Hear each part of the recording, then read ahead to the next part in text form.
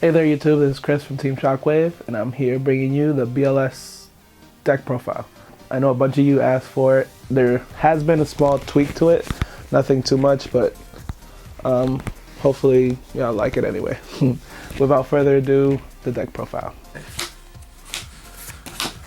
Alright, so I run 4 ritual monsters, 3 super soldiers, 1 regular one. They're the boss cards of the deck. Pretty much you want to bring these out. These are the game winners. Not him, but everybody else's. So when it destroys a monster by battle, it inflicts damage equal to the attack when it hits the graveyard, and then when it's destroyed, it special summons a guy from like hand deck or graveyard. So from anywhere on the field except remove from play. The reason I run the vanilla one is because if you ritual summon this with the beginning night and the twilight night, you give this card actual effects. So you give them the BLS effects. They only give it to like rituals. So either these guys get it or this one does. It doesn't really matter, but it's another option. But yeah, for those 3 Manjus, because of course you need to grab the if you have the ritual monsters at hand, you want to grab the ritual spell. If you have the ritual spell, you want to grab the ritual hand or the ritual monster. Really good, level 4 and light, so that means you can use the light when it's in the graveyard as one of your remove from play cost. And it's because it's level 4 and I have a bunch of level 4s, it helps out making exact 8 plays. So really good. Anybody who's playing a ritual deck needs to run these cards. I don't know about, what is the other one? Tenju? He's good and all, but I don't think for this deck I just needed him. And then I run the 2 black dragons and the 2 white dragon. I was gonna cut these off and face and play the new Gaia, the old Gaia support, but I really like the way that they special summon themselves, and when they're removed from the field, they search each other out. So it helps out when you remove a card, bring out one, and then use it as a ritual material, and then search for the other one and make like an exceed play later or something like that. So really good, still in the deck. I might cut them out later, I don't know. But yeah, 2/2. 3 is too much, and then 1 you never see, even though you search them out. And then 2 Armageddon Knights. I'll show you the next card too. Oh, I'm sorry. 2 Armageddon Knights and the 2 Summoner Monks. Pretty much Summoner Monk, dump the ritual spell card if you can. If not, you can dump any ritual spell. Special summon, effect, dump a dark into the graveyard. So you use Armageddon Knight for either the beginning night, another copy of himself, or the one of Dijin that I play. It's a level 4 warrior dark that you can normal summon it. I played the trap card that lets me switch out between warriors, like different attributes, light into dark, dark into light. Still testing it, that's why I want to play the Gaia version, or I want to test the Gaia version, but solid. And then Summoner Monk is, other than being a dark level 4 that can bring out either the light one, and then you can have exceed materials, or you can exceed and then dump it to the graveyard where you can BLS or ritual summon. He's also a really good card. He's one of my favorites. So 2/2. Let's see. And then the 2 Gaias. I kind of want to cut this down to 1. I feel like I see him too much. He's not a bad card when you have a hand because you can normal summon a 1900. He's a light warrior level 7. When you would have to use like level 1s in order to use the rare ritual card to bring out the BLS. But if you use the old ritual spell card, you can use this and any other monster. So that makes that okay. And then when it's when it's tributed, you search for a BLS and add it to your hand. So it lets you search out for like the good BLS, the one that removes and attacks twice and special summons itself. But yeah, it's still gonna call out. I'll play 1 just because when Super Soldier dies, it calls it from the deck, graveyard, or hand. So you can just reuse it from the graveyard if anything. But yeah, just 2 for now. But I will cut it down. Let's see. And then the 2 Beginning Night and Twilight or Evening Twilight. Great cards. Makes whenever you use these guys as a ritual summon, gives them BLS. Well, the dark one gives BLS effect. I'm sorry, the light one. Notice how he's dark, but he's still the light attribute, and the light one's the dark one. They both give the effect to remove a monster on the field, but only the light one gives the effect to attack twice. He's really, really good. This one lets you remove an opponent's card from a card from your opponent's hand to the end of their turn, so it's not bad.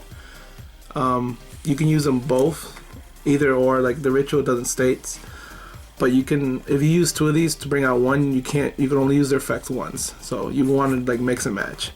But yeah, when you do use 2, you get to remove 2 monsters, attack twice, and remove a card from your opponent's hand. So that's pretty devastating if you use it at the right time. But you guys gotta remember, light is dark and dark is light. You know, I've made so many mistakes because I keep forgetting that thing. But and then when they're in the graveyard and you remove them, it doesn't matter if it's through the white or dark dragon or through the spell card or BLS effects. Each one they search for either a ritual spell card or a ritual monster, or vice versa. But that's it. 2/2. 3's too much. And I don't run enough like cards to remove them from the graveyard, so I don't play 3. But I'm considering playing 3 because I never see them. 1 Mathematician and 1 Glow Up Bulb. These were the cards I threw in last minute. Jeff told me how this combo can pretty much go into the Herald and then, you know, help you either stop plays or search for like the ritual monster or the ritual spell card you might need.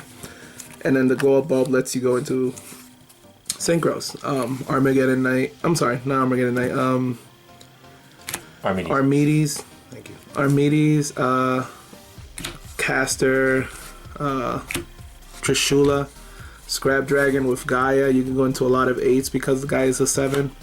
But yeah, 5s, 9s. It's just a really good card and gives you a lot of options. But just one.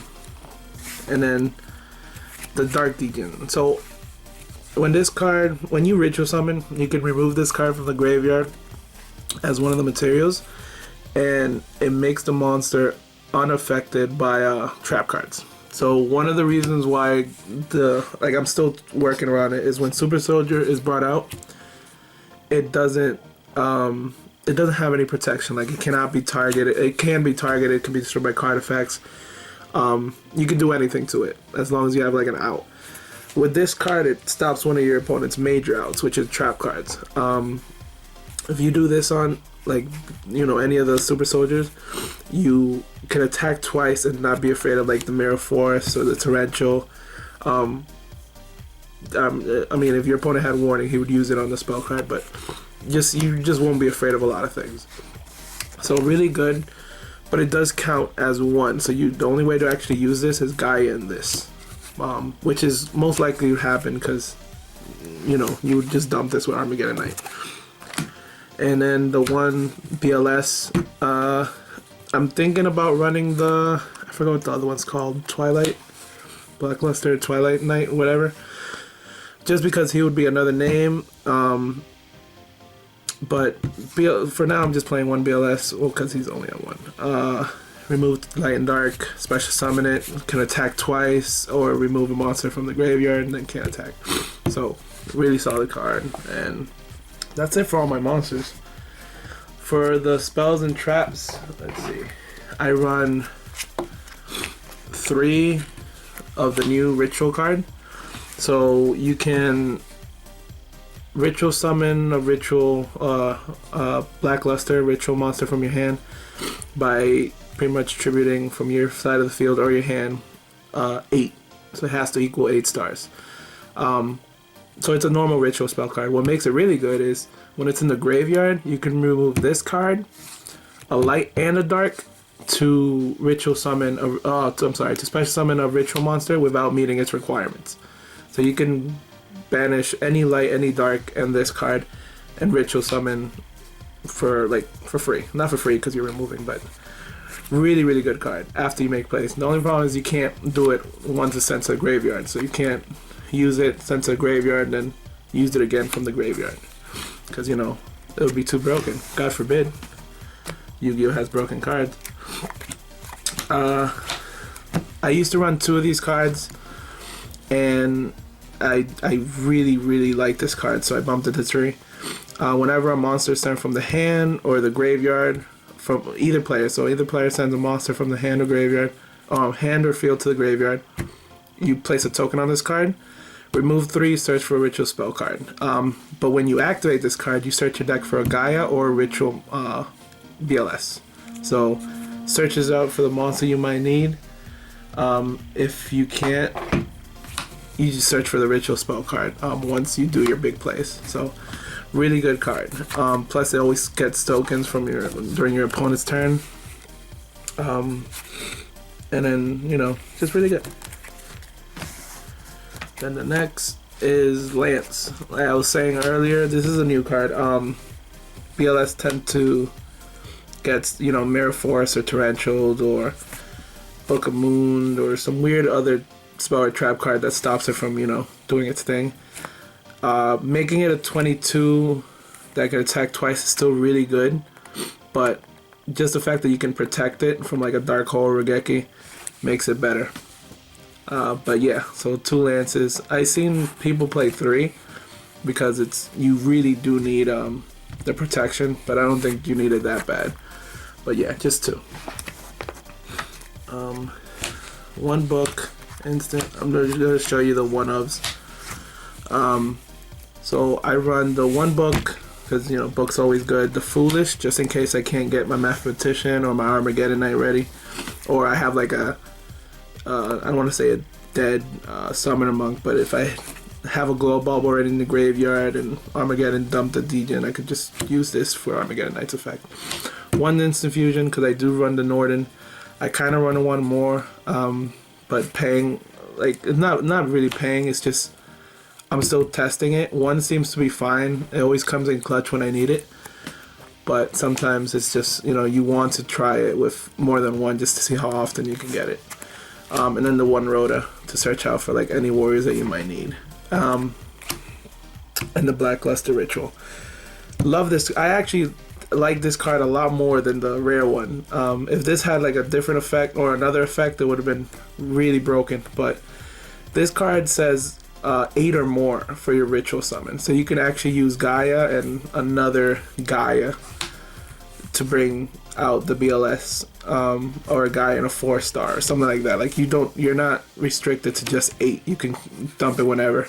So this is what makes my Gaia card live. If I were to stay at 2, I think I want to run 2 Gaias. I would run 2 of these because this card's just really good. So that's it for all my one-ofs. And if you notice, like, it's a lot of spell heavy deck because you're supposed to like either OTK or like do a lot of damage that 1 turn, so you're not really playing a lot of traps. And then my one-of traps is just the Mirror Force, the Bottomless, and the Torrential. I don't like running Warning. I hate paying life points for, you know, to stop a summon when in the game, like they could, you know, special summon a million times. That's pretty much it. I did run the trap card that lets me switch the warriors, and the trap card that lets me pretty much what was the card? Actually, no, I did take that out. No, forget it. So yeah, just the trap card that switches the warriors out to help out. No, I did run the trap card. The one that lets you switch a BLS from your hand with a different name. From the field with a different name from your hand. So you can swap out the old BLS for like Sacred Soldier or vice versa and stuff like that. So you can potentially deal like 6,000 in 1 attack. But that's pretty much it for my trap card. I know it's just like 2, 3, but again, I'm still testing. Hopefully it'll be a lot better in a few days when I get everything all set. Should I? Yes. And then my extra deck. Alright, so like these are the only cards that I have that are like one-ofs. Not one-ofs, but like that I threw last minute, so they're completely different sleeves than the rest. But yeah, Norden lets me when it's fusion summon, it grabs a level 4 lower from the graveyard and special summons it. So it's really good to go into Exceed plays or bring back a light and go into. Bring out Glow Bulb and go into level 5 Synchro, or bring out Glow Bulb and go into another option. If I have another 4-star, I can go Trishula and all that stuff. So really good. And then I could use Norden's effect to pretty much bring out another level 4 and just use it as a ritual, since you have 8 on the board. And then Herald, again, Jeff told me to play this last minute.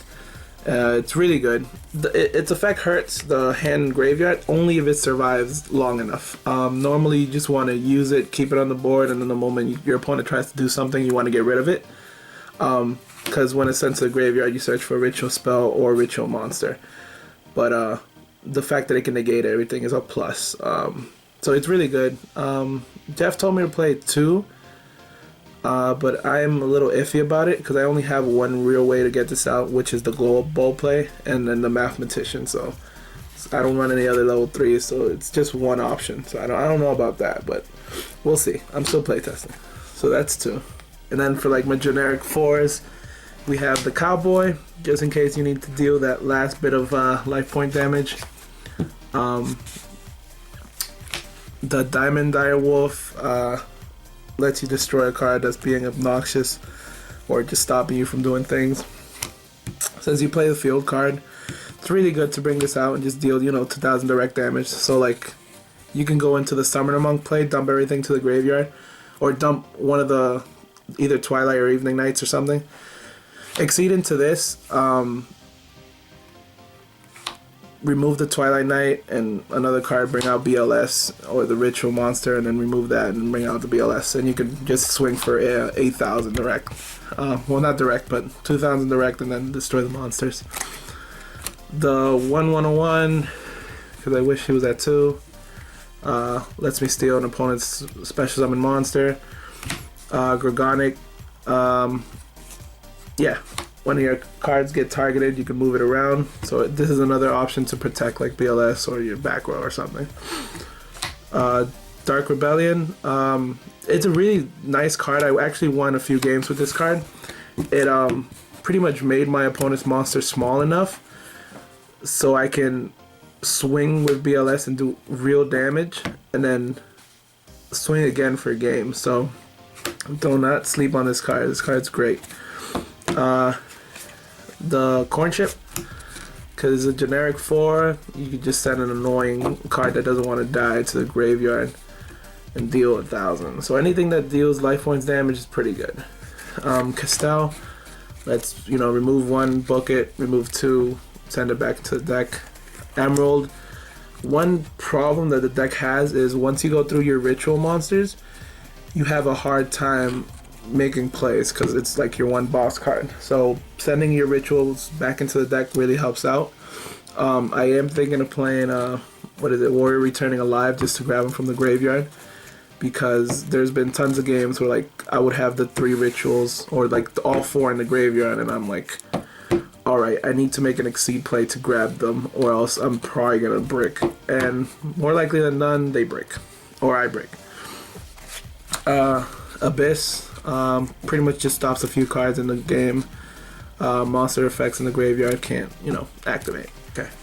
So 1 Maelstroke, pretty much a Book of Moon effect for the attaching 1, and then it protects itself, it will be destroyed. 23 but it means it's pretty solid as a defense.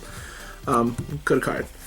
And 1 Utopia, I know Utopia is old and it sucks, but there have been times where you need to stop attacks, and believe it or not, this card actually helped me against Cosmos. So do not sleep on Utopia, and I love this card. And then 1 Key Beetle, Master Key Beetle, just because I do the Summoner Monk Armageddon Knight combo, and keeping the field card is important. But other than that, it's just an option. It's a 2,500 4. And that's it for all my Exceeds. So that's the deck profile.